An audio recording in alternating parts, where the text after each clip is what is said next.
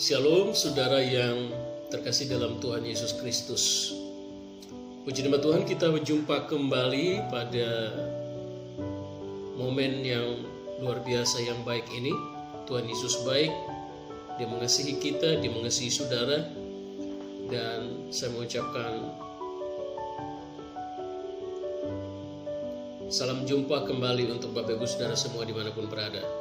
Bersama dengan saya, Pastor Ryan. Puji Tuhan, saudara yang terkasih, hari ini kita akan belajar tentang kategori penyesat menurut Alkitab. Kenapa tema ini saya angkat? Karena beberapa waktu lamanya saya banyak mendengar dan melihat dari para hamba Tuhan yang menyebutkan diri sebagai apologet Kristen. Banyak sekali di antara mereka yang menyesat-nyesatkan orang. Semua orang yang tidak sepaham dengan mereka, khususnya di dalam formulasi Trinitas, mereka anggap semua orang adalah penyesat. Semua orang yang tidak sepaham itu penyesat. Semua orang yang tidak sepaham adalah bidat. Semua orang yang tidak sepaham, mereka menyebutkan adalah antikris. Semua orang yang tidak sepaham dengan mereka, maka mereka menyebut bahwa adalah orang-orang yang siap masuk dalam neraka. Nah, saya ingin sampaikan kepada saudara supaya Anda tahu bahwa ternyata Alkitab menyebutkan kategori-kategori penyesat yang telah dicatat secara lengkap menurut Alkitab, sesuai dengan ayat-ayat teks-teks firman Tuhan yang tertulis secara jelas dan benar. Nah, terkait dengan penyesat seperti ini, maka kalau kita sering kali atau terlalu banyak kali atau cepat sekali kita menjustifikasi orang lain menjadi penyesat sebelum kita tahu, atau bahkan kita tahu sekalipun orang itu tidak sejalan, tidak sepaham dengan kita, karena sekarang kita sedang berteologi, mencari terus teologi, mempelajari secara terus-menerus tentang Alkitab, teologi, memahami tentang Tuhan yang sebenarnya. Dan melalui pencarian-pencarian yang telah kita lakukan itu, maka ada banyak formulasi-formulasi yang dibangun untuk menyebutkan siapakah Tuhan itu sebenarnya. Ingin tahu Tuhan itu seperti apa. Nah, untuk itu saudaraku yang saya kasihi, saya tidak merefleksikan ini sesuai dengan pemahaman saya secara pribadi, tetapi kita mempelajari ini sesuai dengan apa yang tercatat di dalam firman Tuhan itu sendiri, agar kita dapat mengerti dan tahu bahwa ternyata Alkitab memberikan atau mempunyai kategori tertentu terhadap penyesat-penyesat, baik mulai dari abad pertama sampai hari ini. Tentunya penyesat itu pasti ada. Nah, seperti apakah penyesat itu? Kalau secara garis besar, penyesat itu adalah orang-orang yang menyangkal Yesus sebagai Kristus, sebagai Tuhan, sebagai manusia, atau menyangkal Yesus sebagai Tuhan yang datang ke dalam dunia menjadi manusia. Nah, mereka yang menyangkal itu adalah penilaian, pemahaman secara umum yang mendefinisikan mereka adalah penyesat-penyesat. Dan Alkitab mengatakan bahwa kalau ketika kita menyesatkan seseorang, lebih baik baginya diikatkan batu kilangan di lehernya lalu dilemparkan ke dalam laut. Tetapi tentunya kita pun tidak dapat melakukan itu. Sebab siapa kita yang patut menghakimi seseorang? Kita bisa saja mendefinisikan seseorang menjadi penyesat apabila seseorang itu dia tidak mengakui Yesus Kristus sebagai Tuhan. Bukan beda doktrin, bukan beda formulasi, bukan beda pemahaman tentang teologi. Kalau beda cuma pemahaman tentang teologi, beda pemahaman tentang ayat-ayat tertentu dalam Alkitab, itu belum dikategorikan sebagai penyesat. Tetapi mereka yang bisa dikategorikan atau didefinisikan sebagai penyesat, yaitu yang menyangkal Yesus adalah Tuhan dan Juru Selamat. Nah, puji Tuhan saudaraku. Kita perhatikan yang pertama, kategori penyesat Alkitab, penyesat menurut Alkitab. Nah, sebagai orang percaya kepada Yesus, tentu kita harus memiliki karakter Kristus dalam hidup kita. Yesus mau mengampuni kita sekalipun dosa kita terlalu besar, dan Alkitab mengajarkan merah seperti kermisi.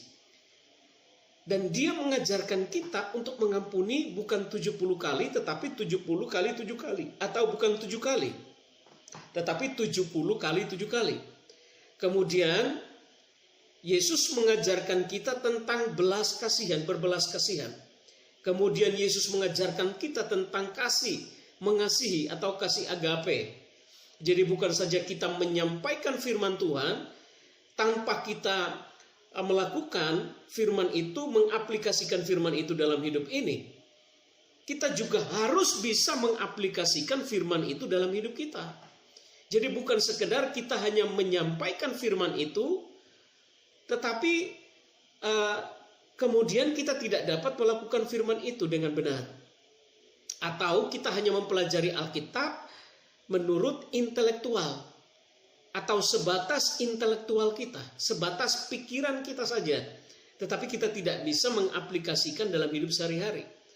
Yesus juga mengajarkan kita tentang sabar dan tidak boleh membalas jahat dengan jahat. Yesus juga mengajarkan kita tentang lemah lembut dan rendah hati. Yesus juga mengajarkan kita untuk tidak menuntut balasan terhadap orang lain yang berbuat jahat terhadap kita.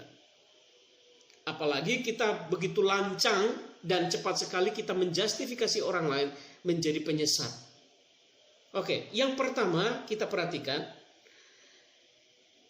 kategori Alkitab, kategori penyesat menurut Alkitab yang pertama yaitu orang yang mengklaim diri paling benar dan cepat menghakimi.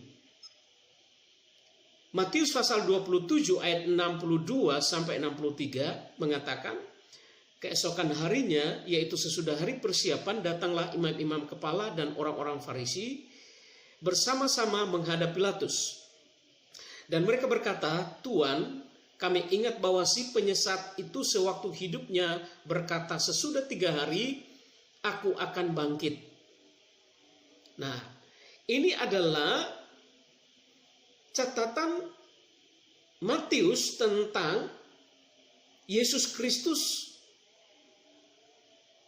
Bagaimana reaksi orang-orang Farisi, ahli-ahli Taurat terhadap apa yang disampaikan Yesus. Ketika mereka menghadap Pilatus, mereka berkata bahwa Yesus adalah penyesat. Karena waktu itu Yesus pernah berkata bahwa dia mati tetapi pada hari yang ketiga dia akan bangkit. Dan karena itu mereka menjustifikasi Yesus menjadi penyesat. Nah, ini adalah pemikiran yang keliru, yang falase, pemahaman yang keliru, yang tidak sesuai dengan firman Tuhan. Karena apa? Karena mereka begitu cepat menjustifikasi Yesus menjadi penyesat. Padahal justru sebaliknya, merekalah yang adalah orang-orang penyesat. Karena apa? Mereka hanya tahu hukum Taurat di dalam pikiran mereka, tetapi mereka bahkan tidak melakukannya. Karena itu, dalam Matius pasal 23 ayat 13 mengatakan, Yesus berkata, "Celakalah kamu hai ahli-ahli Taurat dan orang-orang Farisi. Hai orang-orang munafik, karena kamu menutup pintu-pintu kerajaan surga di depan orang, sebab kamu sendiri tidak masuk dan kamu merintangi mereka yang berusaha untuk masuk."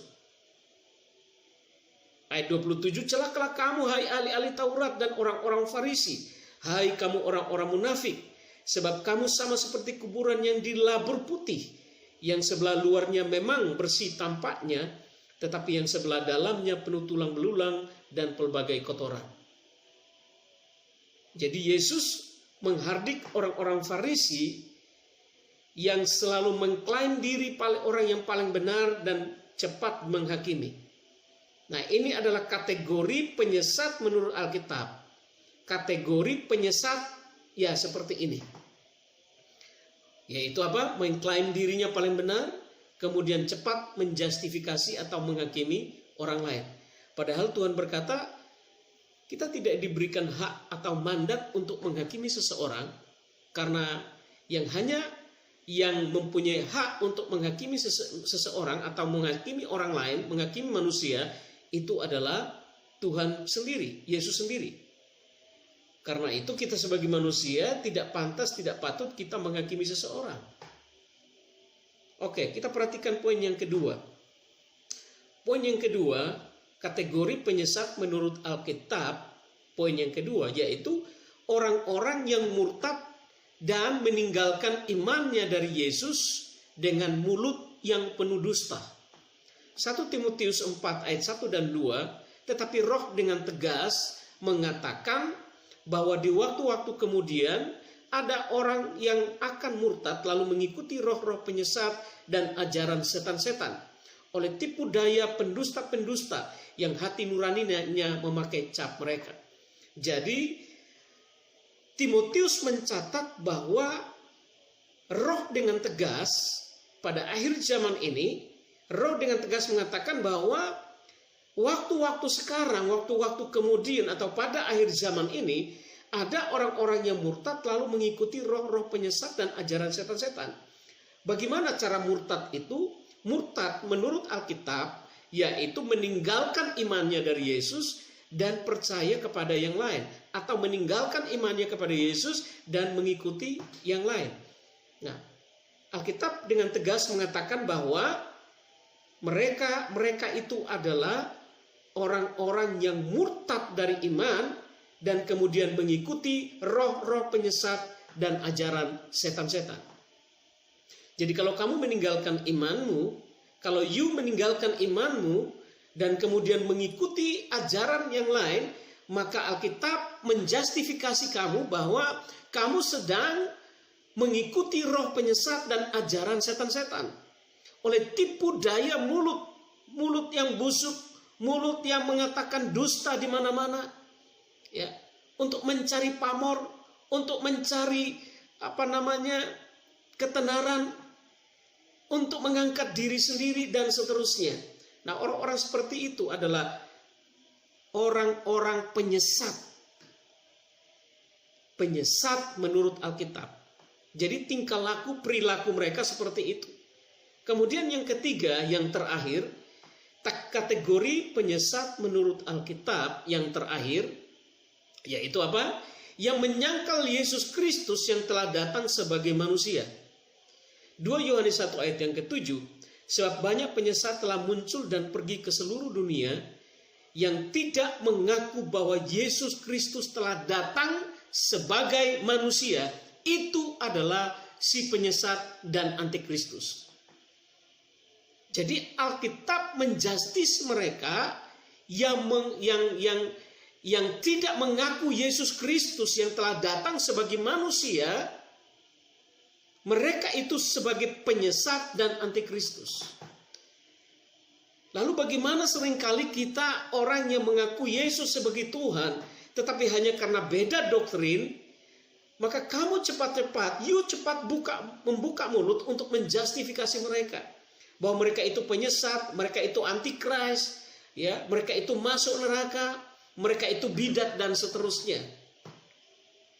Halo, supaya Anda perhatikan apa yang tertulis di dalam Alkitab. 1 Yohanes pasal yang kedua ayat 22 sampai 27.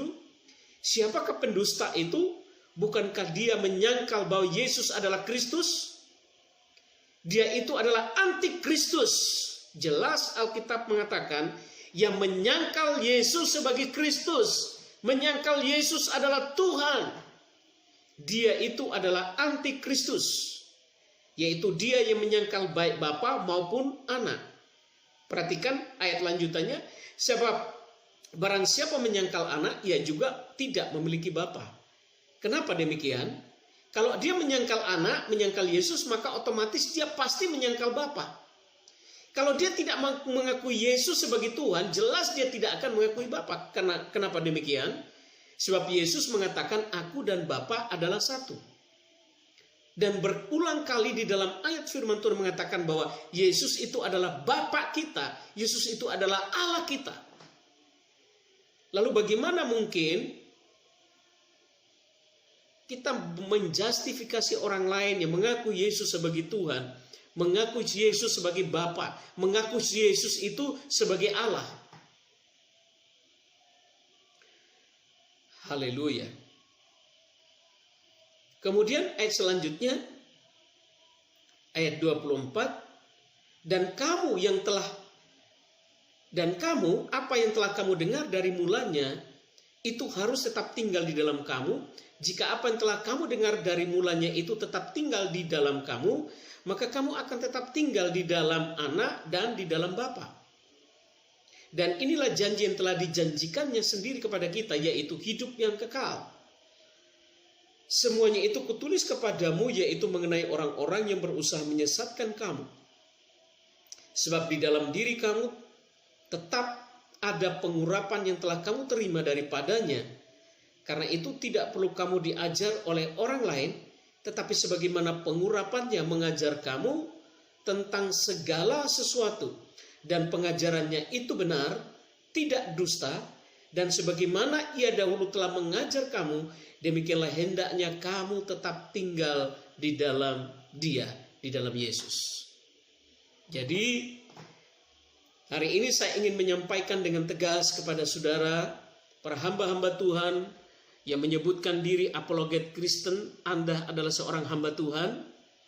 Jangan begitu gampangnya Anda menjustifikasi seseorang hanya karena tidak sepaham dengan Anda mengenai doktrin, lalu Anda terlalu cepat menjustis atau gampang sekali membuka mulutmu, ya, lancang sekali mulut untuk menjustifikasi orang lain. Padahal seandainya ada seseorang tidak benar pun, Anda tidak patut untuk menjustifikasi mereka. Biarkan Alkitabnya menjustis mereka. Mereka itu, yaitu siapa? Mereka yang tidak mengaku Yesus sebagai Tuhan. Mereka itu adalah apa? Pendusta. Mereka itu adalah antikris.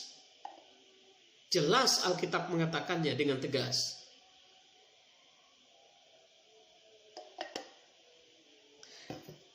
Jadi hari ini sekali lagi saya ingin sampaikan kepada saudara semua, para hamba-hamba Tuhan, para apologet Kristen, Anda semua adalah hamba-hamba Tuhan. Jagalah setiap perkataanmu, mulutmu. Jagalah setiap apa yang kamu sampaikan, you sampaikan, supaya apa yang you sampaikan itu benar-benar menjadi berkat bagi orang lain, bukan menjadi batu sandungan. Jadi mulai hari ini jaga mulut, jangan gampang sekali menjustifikasi. Ya, Anda boleh mengatakan mereka yang sesat, boleh. Tapi mereka yang menyangkal Yesus Kristus sebagai satu-satunya Tuhan, sebagai satu-satunya Allah yang telah datang ke dalam dunia menjadi manusia untuk melakukan karya penebusan yang besar dan ajaib bagi seluruh umat manusia, agar barang siapa yang percaya kepadanya tidak binasa, melainkan beroleh kehidupan yang kekal. Puji Tuhan, Tuhan Yesus memberkati. Sampai berjumpa kembali pada kesempatan yang akan datang. Shalom.